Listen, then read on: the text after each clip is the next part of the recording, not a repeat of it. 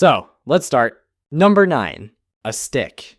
Just a stick, aka the bamboo spatula. In ancient China and Japan, the go-to tool for post-bathroom cleanup wasn't a cloth or a leaf. It was a smooth wooden stick called a chugi. Imagine a flat tongue depressor, but for your butt. It was practical, reusable, and unfortunately, communal. These spatulas were neatly arranged in public toilets, like an oddly specific cutlery set. After doing your business, you'd give the stick a rinse in water if available, use it to scrape clean, and then put it back in its holder for the next person. Because sharing is caring even when it really shouldn't be. In some areas, these sticks were even polished smooth over time from decades of, let's call it, enthusiastic use, adding a whole new meaning to the phrase well-worn. Public hygiene wasn't a huge concern back then, germs weren't a known thing, and apparently neither were personal boundaries. Now, in fairness, this was centuries before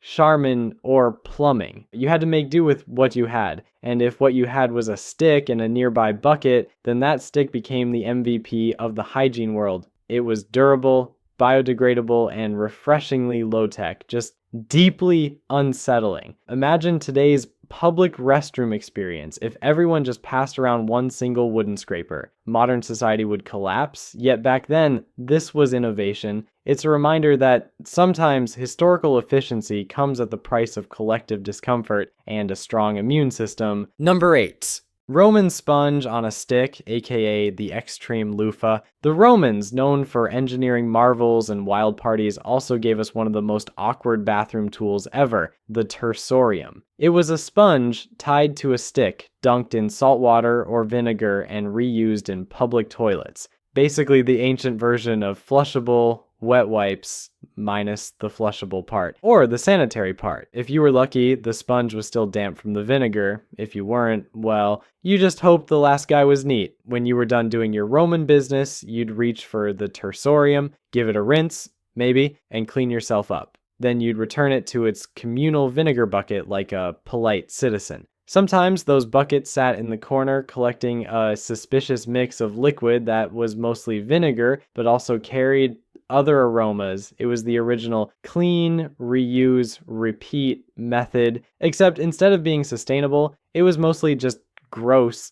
The idea of communal sponge sticks today feels like a punishment. But the Romans prided themselves on shared civic spaces, and bathrooms were no exception. Public latrines had rows of these sponges lined up like some horrific loofah buffet. You sat, chatted, and wiped, often with a tool someone else had just used, and because Romans loved efficiency, these latrines were often directly above flowing water channels, which in theory carried waste away, but in practice could splash unpleasant surprises back up at you. We owe them a lot: roads, aqueducts, calendars, but let's not forget they also normalized the shared butt sponge. It's the kind of thing that makes you retroactively grateful for even the weakest single-ply toilet paper. Truly, progress is measured in layers. Number 7, corn cobs. Yes, the actual corn cob. In 19th century rural America, corn wasn't just food, it was also hygiene. After harvesting, families would save the empty cobs to use as toilet paper. Why? Because they were absorbent, biodegradable, and, if you believe old-timey grandpas, surprisingly gentle, which raises a lot of questions, like, who did the testing? Corn cobs were usually stored in a bucket next to the outhouse. Used ones sometimes got rinsed and reused, which sounds both economical and slightly horrifying. They were nature's toilet brush, firm but flexible, plus they came in bulk. You didn't just grow corn for dinner, you were harvesting your next month's TP too. In the winter, frozen cobs added a whole new level of motivation to get it over with quickly. And if someone was feeling fancy, they'd even smooth the edges for comfort. DIY hygiene at its finest. You gotta respect the grit, even if you wouldn't want to experience it firsthand. Let's be honest, after learning this, you'll never look at a cornfield the same way again. Every barbecue from here on out is going to have a new layer of horror. It's one of those weird historical facts that lives in your brain rent-free forever. Number 6, coconut shells.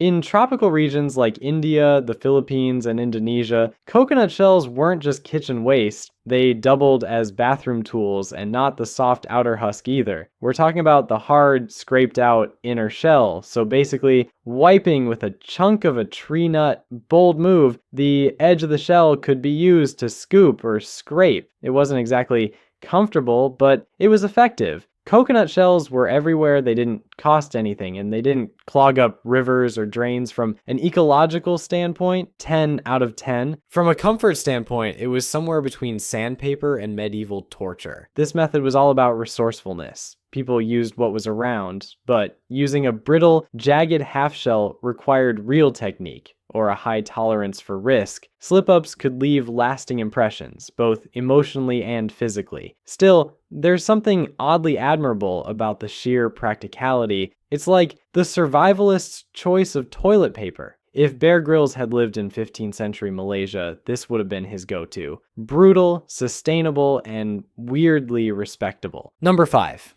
Snow, the nature's icy bidet. In colder climates, think Arctic tribes or alpine dwellers, snow wasn't just a scenic backdrop, it was the go-to method for cleaning up after nature called. You'd grab a handful, brace for impact, and wipe.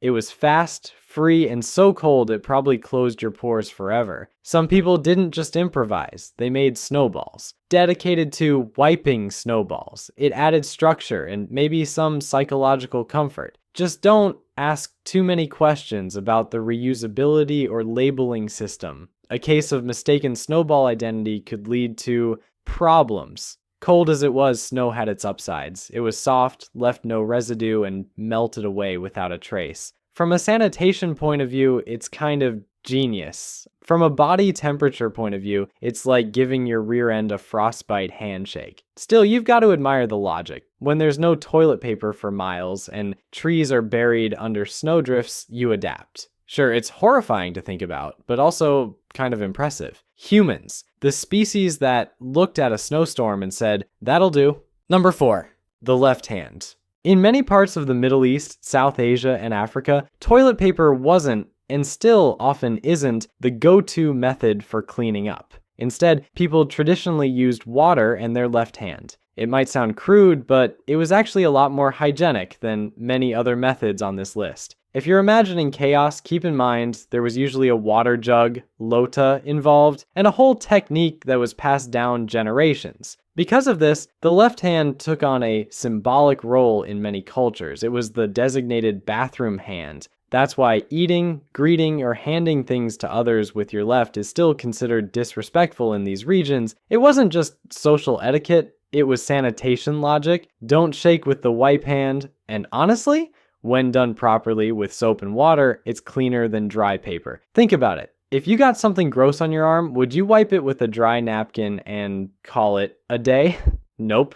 You'd wash it. That's the thinking here. Except it's been ingrained in entire societies for centuries, so while modern Westerners might recoil at the thought, the left-hand method was way ahead of its time. It's efficient, water-based, and doesn't rely on destroying trees. It just really requires remembering which hand does what, especially at dinner parties. Number 3, wool, lace, and other luxury wipes. Toilet paper has always had a class divide, but in 16th century Europe, the wealthy weren't wiping with leaves or shells. Oh no, they used lace and silk and wool. If your family had titles, your tush did too. These weren't just rags, they were handcrafted textiles fit for royalty's most awkward moments. French aristocrats famously used fine lace cloths that were sometimes embroidered. Yes, embroidered. Imagine hiring a tailor to stitch delicate floral patterns onto something meant to wipe your backside. That's either the height of luxury or an early warning sign of a collapsing empire. It wasn't just about comfort, it was status. The rich weren't just wiping better than everyone else, they were doing it fashionably. Some even had personal attendants dedicated to post-bathroom cleanup because nothing says nobility like outsourcing your hygiene. But let's be honest, even if you're sitting on gold furniture, there's something deeply hilarious about choosing lace for this particular job. One accidental misfire and you're scrubbing silk like it's laundry day at Versailles. You know you're rich when even your bathroom routine has a designer label. Number 2.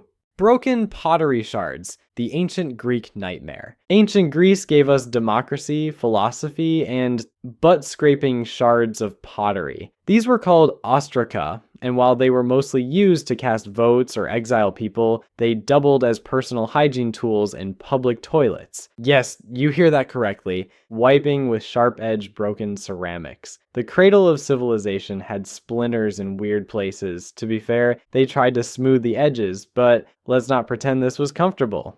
Greeks believed in clean habits, but toilet paper hadn't been invented, so they worked with what they had. And apparently what they had was pottery, lots and lots of it. It was cheap, everywhere, and didn't decompose quickly, perfect for reuse. What's even weirder, some ostraca had names carved into them, often political rivals, so yes, some citizens were symbolically wiping with the name of someone they hated. Imagine going to the restroom and grabbing a shard that says Socrates. That's a level of pettiness so high it's almost inspiring. Still, for all their intellectual achievements, this remains a major what were they thinking moment in Greek history. It's hard to focus on Plato's theories when your cleanup routine includes potential ceramic injury. Wisdom may be eternal, but pottery chafes are not. Number 1. Pages from books and catalogs. Gutenberg's final revenge. By the 19th century, paper became common, but toilet paper still wasn't. So people did what humans always do when desperate. They got creative. In rural America, books, newspapers, and catalogs were repurposed for the outhouse. The most famous of all? The Sears Roebuck catalog, the Amazon of its day, and also conveniently your bathroom supply. The catalog was long, soft, and hung conveniently by a nail in the outhouse. You'd flip to a clean page, tear, and wipe. It was the original read it and wipe method. Educational? Yes. Mostly a little inky sometimes, but in a world before two-ply, beggars couldn't be choosers. Old phone books and newspapers were also popular. Even Bibles were reportedly used in dire straits, especially pages from the Old Testament. Blasphemous and practical, it turned the act of wiping into a sort of paper-based roulette. You might clean up with a sermon, a shopping list, or the weather forecast. It's wild to think we went from sacred texts to Charmin Ultrasoft in just over a century. But in a way, these book-based methods were the final poetic act of print culture, literally leaving their mark in history. Gutenberg probably didn't see this coming. Thank you for watching and sticking till the end. We've got plenty more videos coming in the future. Hit that subscribe button so you don't miss them. See you in the next one.